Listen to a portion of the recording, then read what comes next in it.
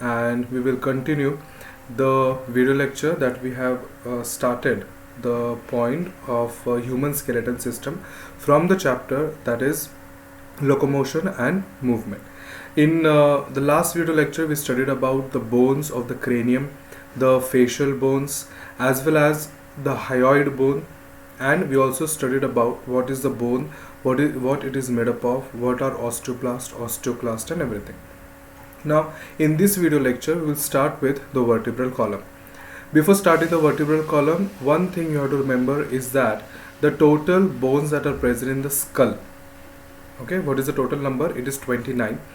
14 bones are of the facial bones, 8 bones are of cranium, okay, 6 bones are of the ears, and 1 bone is the hyoid bone. So total number is 29 bones. Let's start with the vertebral column. Now what is the vertebral column? The vertebral column is a structure that is made up of single units which are called as a vertebrae. Okay, the vertebral column is 71 centimeters long and it is containing 33 vertebrae, and the total number of bones is 26 bones. There are these structures which are called as the sacrum and coccyx. The sacrum and the coccyx are the last regions of the vertebral column in the humans. The sacrum is made up of 5 vertebrae which are fused together to form one sacrum, and the coccyx is formed by the fusion of 4 vertebrae. Right, so with the PowerPoint presentation we will see the vertebral column, how many vertebrae is present, what are the different regions in the vertebral column. There are 3 regions in the vertebral column. You have to remember one region. First we will see the points and then we will go to the next slide. It is 71 centimeters long, 33 vertebrae I have told, 26 bones, 5 sacral bones, they fuse to form one sacrum, 4 coccygeal bones, they fuse to form one coccyx. Now this is the diagram of a human vertebral column, right? This whole vertebral column is divided into 4 regions. Cervical vertebrae, that is the cervical region. Thoracic region contains the thoracic vertebrae. Lumbar region contains the lumbar vertebrae, and the last region is the sacrum and the coccyx. The sacrum and the coccyx I also have a separate diagram on your left hand side, right? Cervical vertebrae are total 7 in number. You have to remember that these 7 vertebrae are present in the cervix region, that is in the neck region. After these 7 cervical vertebrae, there starts the thoracic vertebrae, and the total number of thoracic vertebrae is 12, and this thoracic region is our chest region. After the thoracic vertebrae there is the lumbar region, which is the abdomen region, and the number of lumbar vertebrae is 5. The last region is the sacrum and the coccyx. Let's see in the diagram that is present on your left hand side. This whole region which you can see is the sacrum. Sacrum is formed by the fusion of 5 vertebrae which are called as the sacral vertebrae, and at the end of the sacrum there is this region which is called as the coccyx, which is the coccyx bone, which is a vestigial tail that is present in the human. It does not have any function, but it is a vestigial tail. In our ancestors the tail originated from this bone, that is the coccyx bone. Now here in the cervical vertebrae, the first cervical vertebrae is called as atlas and the second cervical vertebrae is called as axis. In the previous video, if you remember, there are these structures which are called as condyles which originate from the occipital bone. Okay, for revision purpose let's go to that diagram and let's see what is a condyle and how many condyles are present. There are these 2 condyles you can see over here. This is one condyle which is a protuberance that originates from the occipital bone. There are 2 condyles, that's why it is called as a dicondylic nature, and these 2 condyles, they get articulated, they get connected to the atlas, that is the first cervical vertebrae, right? So this is about the dicondylic nature. The human cranium is called as dicondylic. Okay, coming to the next part. This is the atlas and this is the axis. Axis is the second cervical vertebrae, atlas is the first cervical vertebrae. Atlas, you can see over here, there is a hollow structure which is called as the foramen, and the axis has one process which is called as the odontoid process. This odontoid process fuses with the axis. Okay, here in this diagram it is given over here. Okay, the odontoid process is articulating with the axis that is present on the we were discussing about the atlas and the axis. So atlas is making a connection with the axis, okay, through a process that the axis has, which is called as the odontoid process. Let's see what a general vertebrae has. The general vertebrae, if we see, has many regions. Okay, we will only study what a single vertebrae has. A single vertebrae has all these many regions. Okay, we will study one by one. This larger portion which we can see over here, it is called as the body, or it is called as the centrum. Nextly to the centrum, from the centrum arises one process which is called as a pedicel. Okay, pedicel, and one is called as the lamina. From the lamina there is a process which is called as a spinous process or a spine, and this spine is basically protruding outside from our back. Okay, if you can see, if someone is very slim, you can see the bony structure on his or her back. That is basically the spine. Okay, this is the spine. Nextly, here this opening, which is a foramen, that is a vertebral foramen, which is also called as a neural arch, through which the spinal cord is going to travel. All the vertebra and their vertebral foramen are going to make a canal that is called as a vertebral canal, through which the spinal cord is going to pass.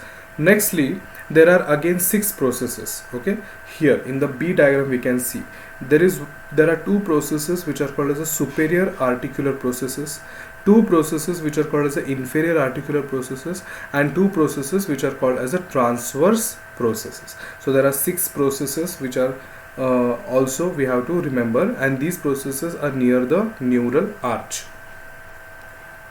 Coming to the next point.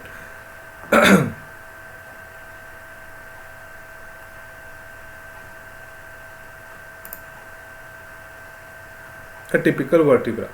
A typical vertebra has an anterior centrum, or it is also called as a body, and a posterior neural arch. We studied what is a neural arch, the empty opening. The neural arch encloses the spinal cord. The neural arch of 24 vertebrae forms a vertebral canal. Neural arch is formed by 2 processes, 2 pedicels and 2 lamina.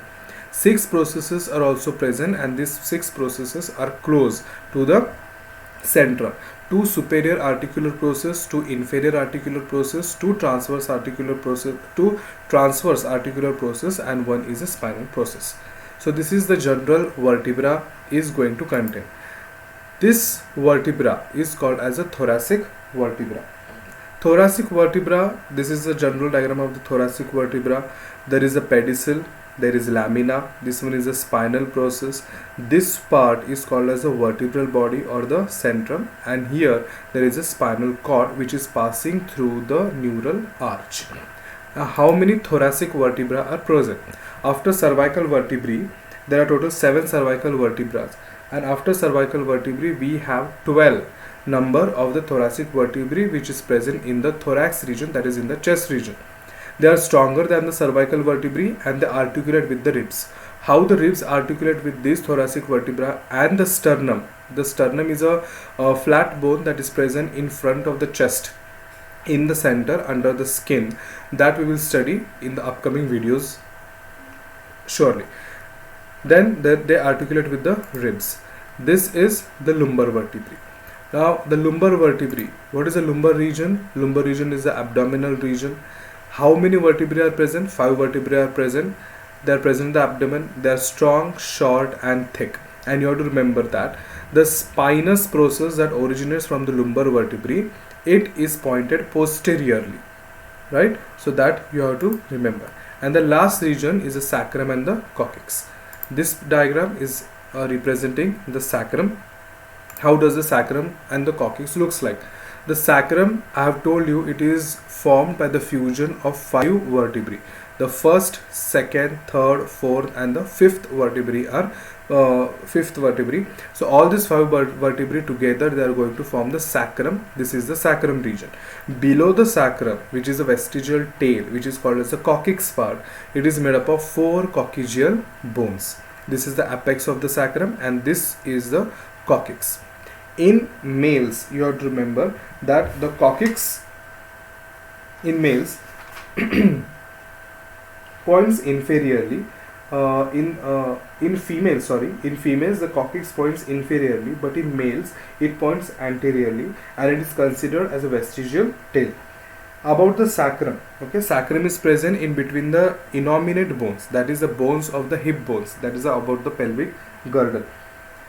This sacrum in the females is shorter. In males it is longer, or it is larger, but in females it is shorter, and it is wider in females, it is narrower in males. So females का जो sacrum होता है वो shorter है और wider है, males का जो है वो larger है और narrower है. So this you have to remember in case of the sacrum.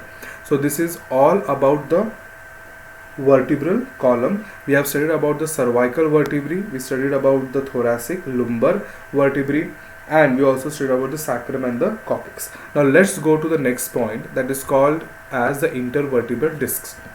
Now what are intervertebral discs? They are present between the bodies of the vertebrae. Body, that is also called as a centrum, and they are present from the second vertebrae to the sacrum. Because in the first that is the cervical vertebrae, that is atlas, centrum जो होता है, जो body होती है vertebra की, वो completely absent होती है, that is not present, and the spinous process is also not present in the atlas. You have to remember these 2 points, very very important. Present from the second vertebrae to the sacrum, in all the vertebrae, in between the vertebrae there are the discs which are called as the intervertebral discs. Each ring of this intervertebral disc has outer and inner layer. The outer layer is fibrous cartilaginous layer, which is called as a fibrocartilaginous layer, and the inner layer is very smooth, spongy and elastic in nature. Okay, they form strong joints, provide flexibility, movements of the vertebral column, and also absorb the vertical shock. That we have to remember. So these are some of the things of the vertebral discs. This is how the vertebral discs looks like. This one is the body of one vertebrae, and this one is the body of another vertebrae. In between these two vertebrae, here is the intervertebral discs. Okay, so this is the reason why our vertebral column has flexibility. All this flexibility is because of the intervertebral discs that are present. Let us go to the next slide, that is vertebral column formula. Right, C7, T12, L5, S5, C4. C is the cervical, there are 7 vertebrae. T represents thorax, 12 vertebrae. L represents lumbar, 5 vertebrae. S represents the sacrum, which contains 5 vertebrae, but it is fused to form one sacrum bone. So this 5 actually should come into brackets. C4, that is the coccyx part, it is made up of the 4 vertebrae, and it is going to make one coccyx. How many curvatures are present, that we will see now. What are the curvatures? The vertebral column of a human has 4 curvatures. One curvature is present in the cervical region. Another curvature is present in the thoracic region. The third curvature is present in the lumbar region, and the fourth curvature is present in the sacrum region. If you see here the cervical vertebrae, it is showing a curvature. This curvature is concave anterior curvature. Thoracic vertebrae are also showing curvature. This is the convex anterior curvature.